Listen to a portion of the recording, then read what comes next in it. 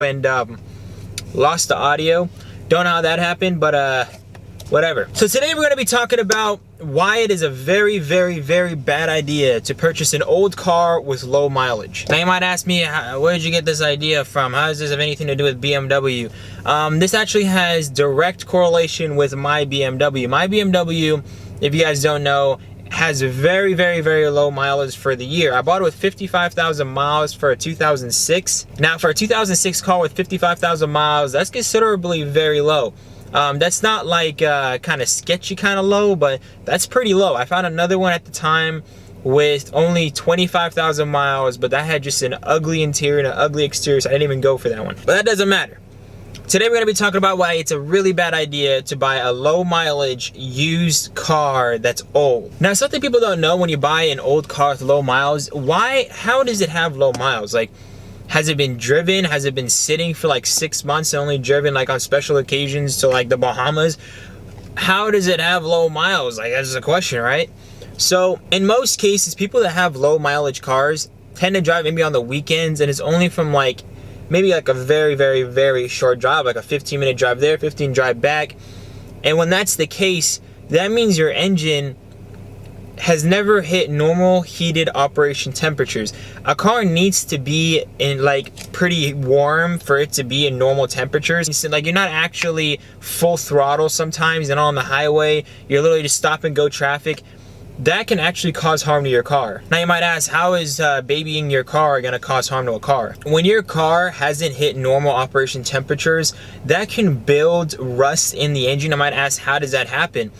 When your car hits normal operation temperatures, the combustion gets released.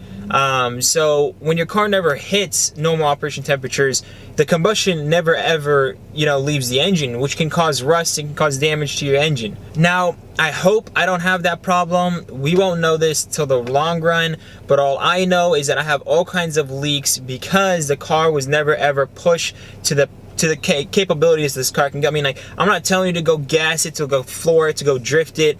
Whoa, definitely not talking about that kind of stuff. But all I'm saying is, if you don't drive it at normal speeds and just trying to 65 miles per hour on the highway here and there, like maybe once a week, just getting the car warmed up and getting the fluid circulating in the engine, it could cause a lot of damage if you don't. Another problem when you don't hit normal operation temperatures, you can build moisture in the exhaust. Now you might think, how is that a problem? When I leave a car out in the snow, and sometimes I was like, who cares, right?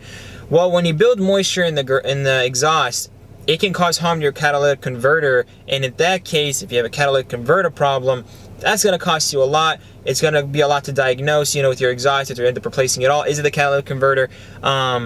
Same applies to the engine. If you have engine rust, it's probably shot. I'm literally talking worst case scenarios, but this type of stuff you won't know until the long run. Now, you could take it to a shop and get it inspected, and that gets me to my part two. If I were you guys and you get a low mileage used car, which I definitely won't after having my first low mileage used car that's old, get all the fluids replaced. Now, fluids I recommend changing will be like the brake fluid, the power steering fluid, the tranny fluid, and of course do a complete radiator flush.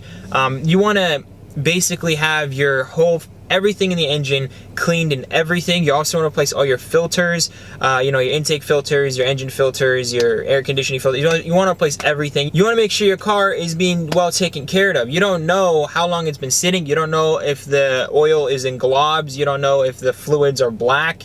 Now, for my car, if you guys didn't know, I didn't have a tranny issue when I bought the car, but 3 months after I bought it, I started having some tranny issues. And that mainly is because the car was never broken in. The car was always driven like a grandma. It has like barely ever was driven harshly. It was well taken care of, and all of a sudden, me as a teen, I'm driving it harshly. I don't even drive it like, I don't even go to races. It's a 330i. I can't really beat anything in a race, but I'm not gonna lie, sometimes I hit 80, 90, 100 miles per hour, but that's on rare occasions. But of course, the first 3 months that I had the car, that wasn't in my intentions. I never ever went really that fast. I was keeping under 70 on the highway. but I started having transmission jerkiness issues, and I had to end up replacing my fluid pan, my fluids, my sealant sleeves, you know, gasket, and now I'm probably gonna have to end up replacing the solenoids because none of that fixed my issue. And the last thing that I would check with a low mileage car is a timing belt. Now, if you don't know how to check if it's rusted or cracked or brittle, make sure you get that thing diagnosed. Make sure you get your whole car diagnosed. Low mileage cars can be a money pit. Now, you might be asking, like, how, man? You know, everything is new. Over time, every single part in the engine bay becomes brittle. It doesn't matter how old the car is. It doesn't matter how many miles is on the car. Parts get brittle over time, especially when fluids sit. It can cause rust, it can cause issues, it can make things crack. If your car only has 20,000 miles and it's a 2002, you can still have the exact same, you know, water pump issues, hose issues, leak issues as a car with 130,000 miles, 2002. So I'm basically trying to say here is that honestly, you're better off going with a newer car, or you're better off going with an older car with higher mileage. If you're looking for low miles because you don't like to see a car with higher mileage, I would go the medium range between 2009 to 2012. 2009 to 2012 is a good range for low mile cars. Anything before 2009, I would stay maybe 80 to 90,000 miles. That's a good range for a 2008 or older. 80 to 90,000 miles. I would not get anything under that, because that means the car has been driven like a grandma, has never been broken in. You could have all kinds of issues that you just don't know about. Like me, I had to replace everything. Like, there's not a single part in this car that's stock. There's not a single part of this car that hasn't been replaced. The only thing that hasn't been replaced is my transmission, my engine. Like, literally everything's been replaced. And it's kind of sad, you know? My car just hit 70,000 miles. I got it with 60,000 miles, and I'm having these serious issues. I know you guys are probably like, wow, this doesn't make any sense. It's just, to be honest with you guys, it makes perfect sense. When a car's been sitting for a long period of time, fluids hasn't been moving around. A car is meant to be driven. When it's not driven, fluids sit, they cause corrosion, they cause rust, they cause problems, and that's something you don't want to deal with. That's what I found out about my car after owning it for all this time. I finally hit 70,000 miles. Thankfully, it's running strong. People always ask me, what is a good mileage for a car? Now, I'm gonna straight up answer this for my BMW followers. If you're looking for a BMW E92, E90 from the year 2006 to 2009, like, I mean, to be honest, 80 to 90,000 miles is a pretty good amount of miles for an older car, you know, from anything before 2008. Now, if you're like 2009 to 2013, 2012, that is like the medium range. It's fine to go with low miles vehicles. Those cars actually tend to be more reliable. Now, of course, if you got the money, newer cars, low mileage is perfect. It is now 2018, so 2008 has been over 10 years old, okay? So for a 10-year-old car with 20,000 miles, that's a big issue, because for every year, a car is normally driven around 12 to 15,000 miles, and if your car hasn't been driven at least 8,000 miles for every year, is a good amount of miles per year. I mean, if a car's been driven around 8,000 miles a year, that means it's been on the highway, it's been on the roads, it's been through everything. It's been broken into.